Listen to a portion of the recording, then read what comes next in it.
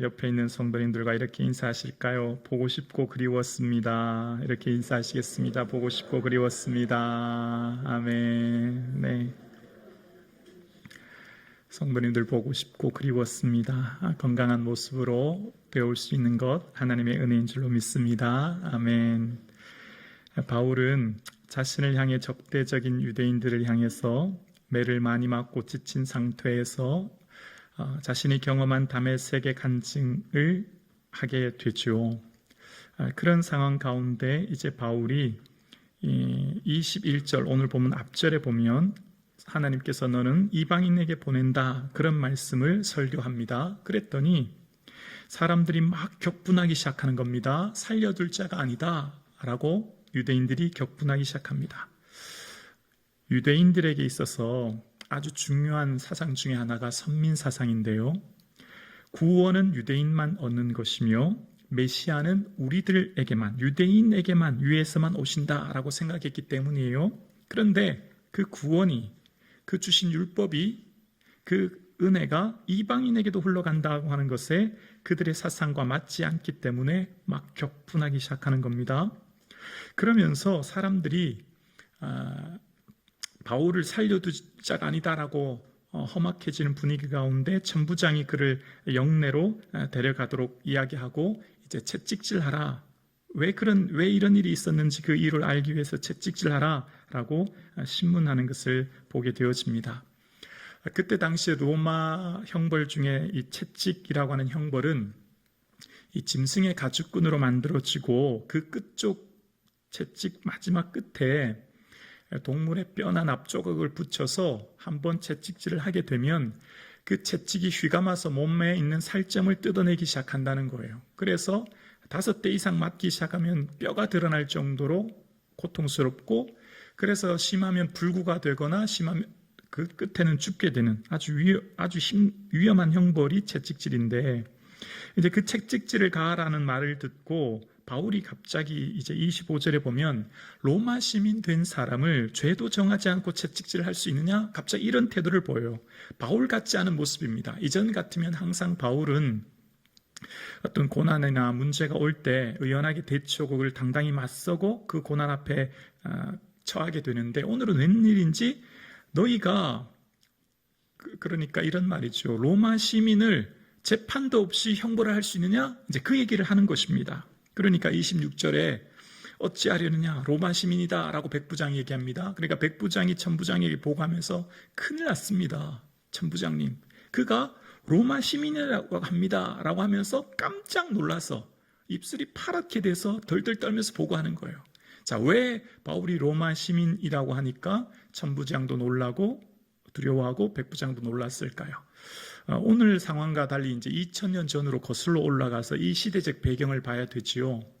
오늘날과 달리 강대국 로마가 통치하고 있을 때는 이 신분제, 철저한 신분제 사회였습니다. 그러니까 귀족과 평민이 있고 노예가 있는 그런 사회였고, 특수 엘리트 계층 외에 대다수 일반 대중이었고, 그 시민들 중에 로마 본토에서 태어난 사람들에게는 시민권이 주어지는데, 그 시민권은 로마 정치와 국가 운영에 참여할 수 있는 권리를 부여받습니다. 그러니까 로마시 이탈리아 반도에서 태어난 사람들에게 이 로마 시민권이라고 하는 것은 굉장한 특권이 되는 것이죠. 그리고 로마 시민을 법정에서 재판 없이 함부로 구금 체포하면 그 관리 또한 파직을 당하거나 그 죄값을 받게 된다는 겁니다. 그러니까 27절에 천부장도 깜짝 놀라서 다시 묻지요. 내가 로마 시민이냐? 라고 다시 반문합니다. 그랬더니 진짜인 겁니다. 바울이 내가 그러하다라고 이야기합니다. 그랬더니 천부장이 갑자기 자기 자신도 시민권자라고 이야기하면서 자기는 어떻게 시민권자가 됐는지에 대해서 이야기하는 거예요. 28절에 보면 나는 이걸 돈을 들여서 샀다라고 이야기하는 겁니다. 그랬더니 바울이 나는 나면서부터다라고 이야기합니다. 그러니까 이때 당시 로마 시민권은 크게 두 종류로 나뉘어지는데, 일반적으로 태생적으로 얻는 출생적 신분을 보장받는 겁니다. 그러니까 아버지가 시민권자면 그 아들이 로마 시민권이 되는 거예요. 그러니까 그 이탈리아 반도에서 태어난, 로마시에서 태어난 사람들은 이 명문가로 그 대대손손 로마 시민권자가 되는 겁니다. 그런데 두 번째 부류가 있습니다. 두 번째 부류는 로마 정부에 큰 공을 세운 사람들이 로마 정부로부터 이제 시민권을 부여받는 것입니다. 처음에는 본토 출신에게만 부여했는데 212년 카라큘라 황제 때부터 세금 징수를 좀 더 늘릴 목적으로 이제 그 속국에게도 로마 시민권을 개방하고 로마 정부에 공을 세운 사람들에게 이제 그 시민권을 부여하게 한 겁니다. 특히 군인들 같은 경우는 한 25년 이상 장기 복무한 사람들이 퇴역할 때 그 시민권을 부여함으로 명예를 보장해 주었다는 겁니다. 그런데 이때 당시 시민권은 이 태생적 시민권이 조금 더 우위에 있었다는 겁니다. 그래서 바울이 나는 태어나면서 이 로마 시민권자다라고 이제 지금 얘기하는 겁니다. 그 당시 로마 시민권자들은 토가라고 하는 왼쪽에서 아래로 걸친 그런 긴 옷을 입고 다니는데 무슨 고위 공직자나 혹은 공적 행사에 참여하는 사람은 이런 토가를 입지만 평민들은 일상생활할 때 그 옷을 착용하지 않는다는 겁니다. 그러니까 오늘날처럼 무슨 면허증처럼 이렇게 휴대할 수 있는 증이 없었기 때문에 공식 문서는 관광 공문서에 있었기 때문에 내가 로마 시민권자입니다 라고 하면 대부분 그걸 인정해 줬다고 합니다. 왜냐하면 사칭하면 로마 시민권자임을 사칭하면 극형인 사형에 처해지기 때문에 어느 누구도 그것을 함부로 사칭하지 않았다는 거예요. 그래서 로마 시민권자다 하면 그것을 인정해 주었고 특히 이때 당시 율리아법에 의하면 로마 시민을 채찍질하면 재판 없이 구금 채찍질하면 그 사람 또한 사형에 처해질 수 있다는 법이 명시되어 있었다는 겁니다. 그러니까 지금 천부장이 내가 어떤 명령을 내렸죠? 바울을 채찍질하고 신문하라는 명령을 내렸지 않습니까? 그러니까 지금 로마 시민에게 이 형벌을 내린 것은 재판 없이 이렇게 한 것은 큰 잘못을 한 거죠. 큰 실수를 한 겁니다. 자, 그런데 바울의 지금까지 삶을 살펴보면 사도행전 1장부터 지금 22장 그리고 9장에 등장한 바울 모습부터 지금까지 삶을 보면 바울은요 한 번도 내가 로마 시민권자입니다 라고 말한 적이 한 번도 없어요. 그러면 오늘 왜 바울은 자기 자신이 로마 시민이라고 얘기했을까요? 이 위기를 모면하려고 했을까요?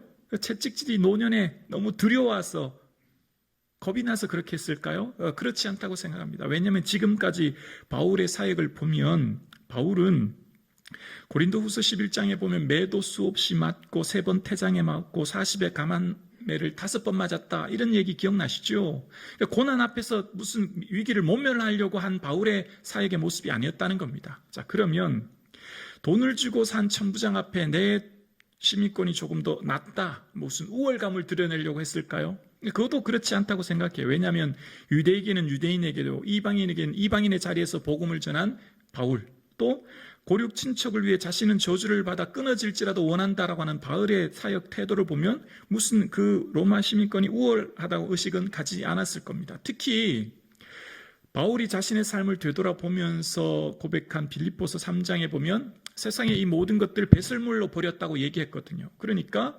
무슨 내가 지금 로마 시민권이라고 밝힌 이유는 내가 이 위기를 모면하려고 하거나 내가 무슨 우월의식에 쌓여서 이렇게 말한 것은 결코 아니다는 겁니다. 자, 그러면 왜 어떤 의도로 그동안 한 번도 밝히지 않았던 자기 자신의 신분을 밝혔을까요?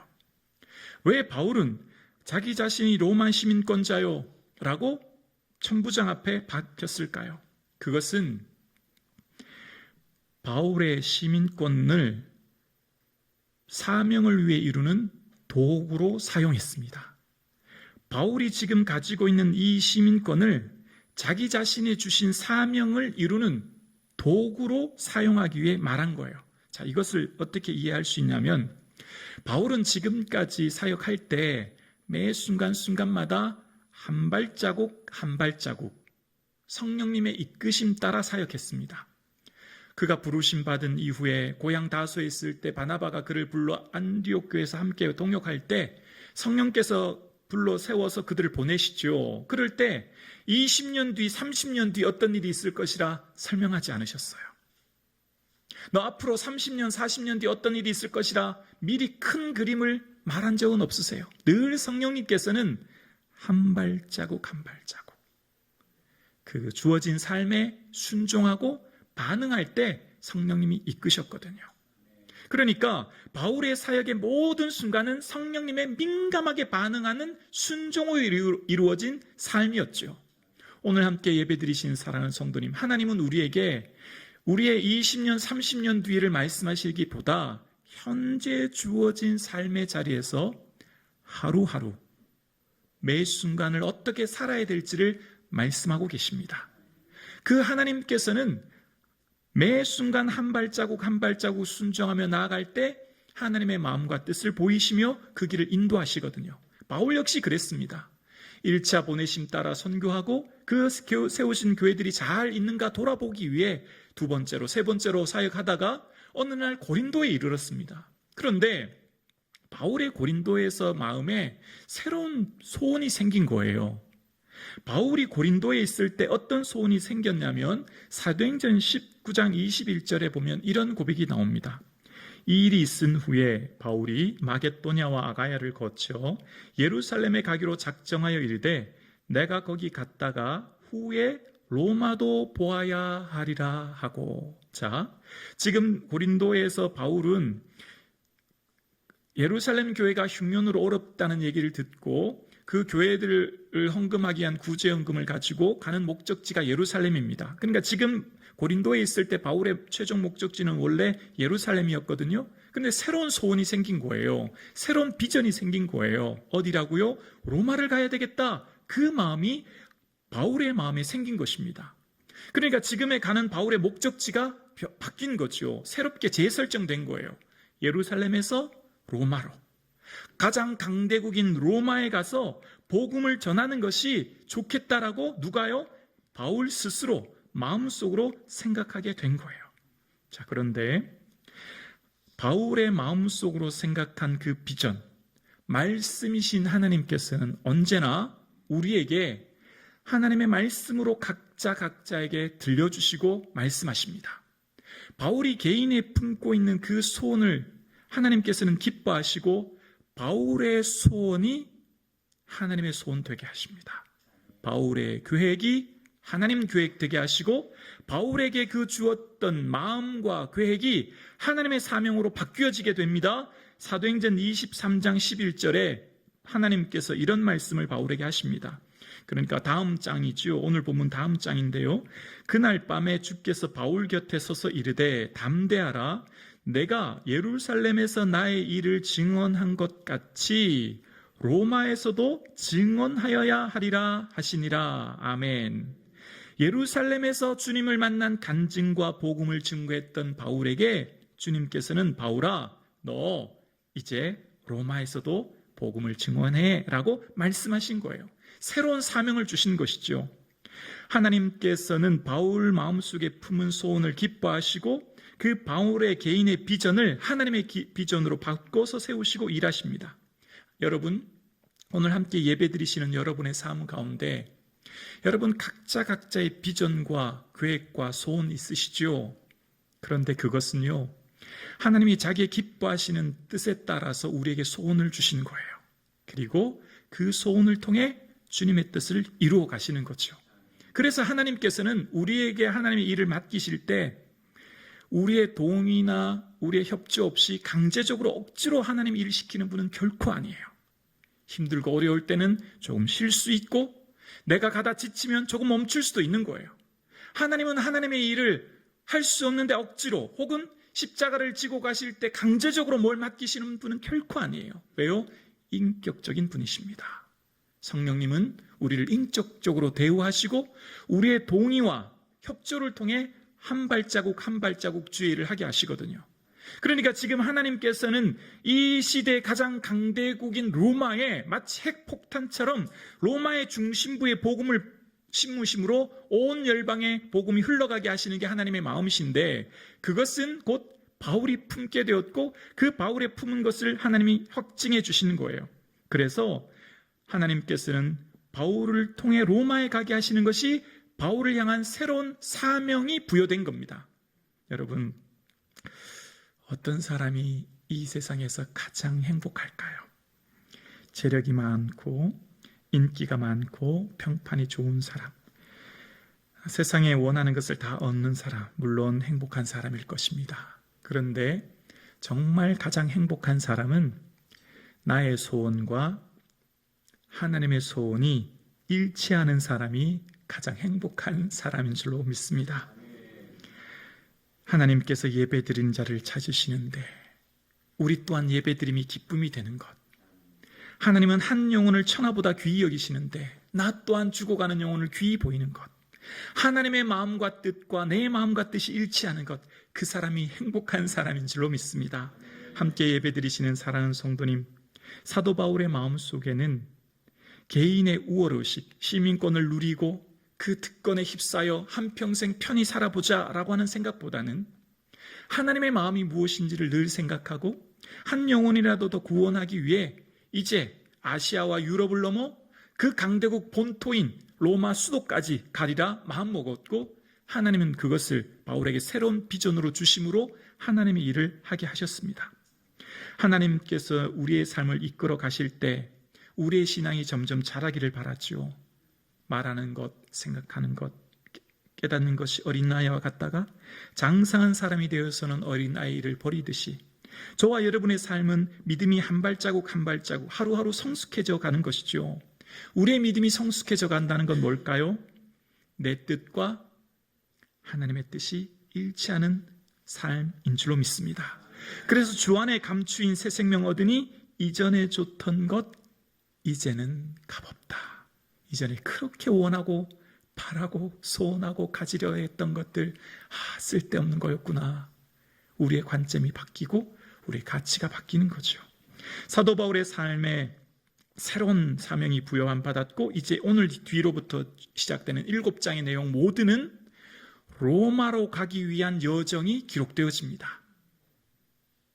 그리고 마침내 사도행전 28장 끝을 16절을 살펴보면 이런 말씀이 나오죠. 사도행전 28장 16절에 우리가 로마에 들어가니, 마침내 바울이 로마에 도착하게 되는 것을 끝으로 로마서는 마무리됩니다. 선교사 바울의 사역도 중요했지만 이제 죄인된 바울이 직접 로마 법정 앞으로 서는 여정이 오늘 본문 이후로 기록된 내용을 보게 되어요. 그런데 오늘 뒤부터 바울의 삶에, 나는 바울의 삶이 로마로 가는데 가장 큰 걸림돌과 장애물이 있습니다. 바울이 지금 비전이 이 예루살렘이 아니라 이탈리아 반도인 로마시까지 가야 돼요. 근데 가장 큰 걸림돌이 누굴까요? 유대인들입니다. 오늘 읽었던 22절에도 살려둘 자가 아니다. 무슨 말이죠? 죽여야 된다는 거죠. 오늘 다음 23장에도 보면 바울을 죽이기까지는 먹지도 마시지도 않겠다고 하는 사람이 40명이나 됩니다. 그러니까 지금 바울을 죽이기 위해 모든 유대인들이 혈안이 되어 있어요. 바울이 예루살렘을 한 발자국 벗어나는 것은 엄청난 위험이 도사리고 있습니다. 이후에 23장에 보면 매복해 있는 유대인들이 등장합니다. 그러니까 지금 바울이 사명을 이루기에 가장 위험한 것은 유대인들인데, 바울이 지금 뭐라고 했죠? 나는 로마 시민이다. 로마 시민에게는 한 가지 특권이 있습니다. 재판을 할 때 황제에게 재판받을 수 있는 권리가 있습니다. 그러니까 바울이 지금 자기 자신의 이 죄에 대해서 황제에게 상소함으로 바울은 로마 병사들의 안전한 보호 속에 이제 로마로 가게 되는 거예요. 그러니까 바울이 이 특별하고 결정적인 순간에 로마 시민권이라고 하는 이 카드를 사용한 겁니다. 영적인 진리에 무지한 그들에게 육적인 방법을 사용하는 거죠. 영적인 진리에 무지한 그들에게 로마 시민권이라고 하는 것을 사용하여 하나님의 복음을 전하기 위해 가는 것입니다. 모든 사람들의 목적은, 이 당시 모든 사람들의 인생의 목적은 로마 시민권자가 되어 인생을 행복하게 사는 거였어요. 그러나 바울은 인생의 목적이 로마 시민권과 행복이 있지 않습니다. 로마 시민권은 복음을 위한 도구요 통로일 뿐입니다. 그러니까 바울의 삶에 있어서 가장 가치 있는 것은 로마 시민권이 아닌 복음 증거였고, 이 모든 것은 배설물로 버릴 수 있었던 것입니다. 믿음은 뭘까요? 목적과 수단을 분별하는 겁니다. 내 인생의 목적이 무엇인지, 인생의 수단이 무엇인지를 잘 분별할 수 있는 지혜가 믿음인 거죠. 여러분에게 로마 시민권은 무엇입니까? 각자에게 주어진 부와 명예나 어떤 힘이나 지위나 인기나 인맥 혹은 재능, 많은 로마 시민권이라고 하는 것이 있을 수 있습니다. 그런데 이런 것들은 우리의 삶의 목적이 될 수 없어요. 여러분이 누리고 있는 삶의 그 모든 부요함, 명예, 지위, 인기, 인맥, 학벌, 어떤 재능도 우리의 목적이 될 수 없습니다. 이것은 단지 하나님의 진리를 증거하기 위한 수단이요 도구일 뿐인 거죠. 바울에게 있어서 중요한 로마 시민권은 그것이 전부가 아니라 그것은 도구였습니다. 그것이 목적이 아니라 수단이었습니다. 믿음은 무엇입니까? 이 세상을 살아가는데 삶의 목적과 의미를 분명히 하는 거죠. 바울은 이 세상을 살아가면서 자신에게 주어진 시민권이라고 하는 것을 통하여 그 수단으로 인해 로마로 가기 위해서 그것을 사용하는 것이죠. 오늘 함께 예배드리시는 사랑하는 성도님, 예수 믿지 않은 사람들은 영적인 진리를 모릅니다. 보이지 않으니까 영적인 것들을 믿으려고도 하지 않아요. 우리는 그 영적인 진리를 아는 우리는 육적인 방법과 이 땅의 것들을 도구를 통하여서 하나님의 진리를 설명해주고 이야기해야 될 의무가 있죠. 예수님께서는 항상 하나님 나라라고 하는 천국 비유를 말씀하실 때 비유를 들어서 설명하십니다. 왜냐하면 무지하기 때문에, 알지 못하기 때문에. 우리는 영생의 소망을 가진 자이며 영적인 진리 안에 살아가는 자들이지요. 그런데 이 세상을 살아가는 사람들은 영적인 진리와 비밀을 알지 못해요. 그럼 그들에게 어떻게 영적인 진리를 설명해야 될까요? 육적인 방법을 통해 도구를 사용하여 그들에게 깨닫게 해야 되는 것이죠. 마치 예수님께서 천국 비유를 할 때 밭에 감추인 보화 비유 기억나시죠? 그가 밭에 보화를 발견한 뒤에 모든 소유를 다 팔아버리고 그 밭을 삽니다. 그 밭을 산 것이라기보다는 엄밀하게 그 안에 있는 보화의 가치를 알았기 때문이죠. 오늘 함께 예배드리시는 사랑하는 성도님, 우리의 삶 가운데 인생의 목적이 무엇입니까? 예수 믿는 사람과 동일한 인생의 목적을 가지고 살고 있지는 않으십니까? 바울의 삶 가운데 분명한 목적, 표대를 향해 달려간다고 얘기했고요. 그 전에 보면 이 모든 것을 해로 여긴다, 배설물로 여긴다라고 얘기해요. 여기 해라고 하는 것은 당시 손익 대차 대조표에 쓰이는 상업적인 단어지요. 손해가 무엇인지 이익이 무엇인지를 생각했다라는 겁니다.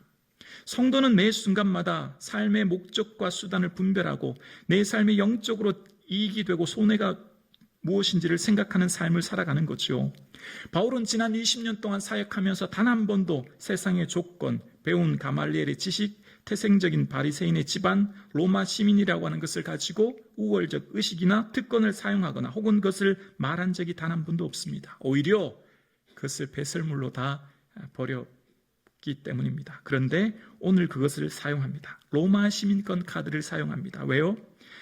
세상적인 문제를 돌파하기 위해 영적인 진리를, 사명을 선포하기 위해 육적인 세상의 방법의 도구를 사용하는 겁니다. 그래서 바울은 오늘 이 로마 시민권을 통하여서 하나님의 사명을 이루는 통로로 그 시민권을 사용하는 것입니다. 함께 예배드리시는 사랑하는 성도님, 누가복음 16장에 보면 불의한 재물로 친구를 사귀라라고 이야기합니다. 각자 여러분 불의한 재물은 무엇입니까? 각자 여러분에게 주어진 삶의 달란트, 재능, 물질, 지위이지 않습니까? 그것을 통하여 하나님 나라를 위해서 사용하라는 겁니다. 여러분 해외여행 가시면 은행에 가서 다 환전하시죠. 예를 들어 미국에 가게 되시면 지폐를 하나를 다 달러로 바꿔서 가지 않습니까? 미국에서는 하나를 받아주지 않기 때문입니다. 천국 갈 때도 마찬가지입니다. 천국 갈 때 이 땅의 것 가지고 갈 수 없습니다. 어떤 것도 가지고 갈 수 없습니다. 다 바꿔 가야 합니다. 무엇으로 바꿔야 합니까? 하나님 인정하는 것으로, 하나님 기뻐하는 삶으로 바꿔 가셔야 합니다. 불의한 재물 다 썩고 쇠하고 사라질 것입니다. 그런데 썩지 않고 쇠하지 않은 것으로 바꾸셔야 합니다.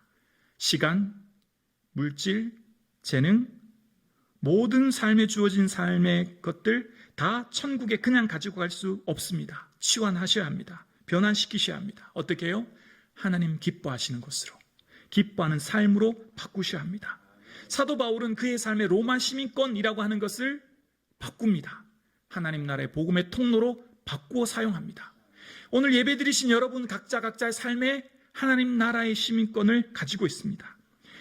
우리의 삶은 하나님 나라의 시민자답게 이 세상을 살아가는 것입니다. 그래서 매 주어진 삶의 순간마다 하나님의 이끄심에 민감하게 반응하며 사는 것이죠. 2000년 전 전 세계를 지배하던 강대국 로마 시민으로 살던 바울, 더 없는 특권을 누리며 살아갈 수 있었던 그는 자기 자신만을 위해 인생을 살다가 낭비하며 한 줌의 흙으로 생을 마감하는 허망한 삶으로 그는 끝내지 않습니다. 바울은 자기 자신만을 위한 특권의식으로 누리며 살기보다 오히려 로마 시민권을 배설물처럼 버리고 예수 그리스도의 복음의 진리를 붙들고 하늘나라의 시민권자로 살아가며 하나님 나라의 도구와 통로와 수단으로 하나님 나라의 시민권을 사용하며 살았습니다. 그리고 그 로마 시민권이 바울을 로마까지 데려가는 안전한 보호막이 되었고 로마까지 가는 원동력과 날개가 되었던 것이죠. 오늘 함께 예배드리시는 사랑하는 성도님, 여러분의 로마 시민권은 무엇입니까? 여러분이 무엇을 목적으로 살며 지금도 살고 계십니까? 죽음 이후 책임져 주지 못할 것에 내 삶을 헛되게 투자하며 사는 것이 아니라 영원한 가치를 위해 사라질 것을 버리는 지혜가 매 순간마다 있기를 주님의 이름으로 축원합니다. 오늘 저와 여러분 하나님 나라의 시민권자로 매 순간마다 성령의 음성에 민감하게 반응하실 수 있는 저와 여러분 되실 수 있기를 주님의 이름으로 축원합니다.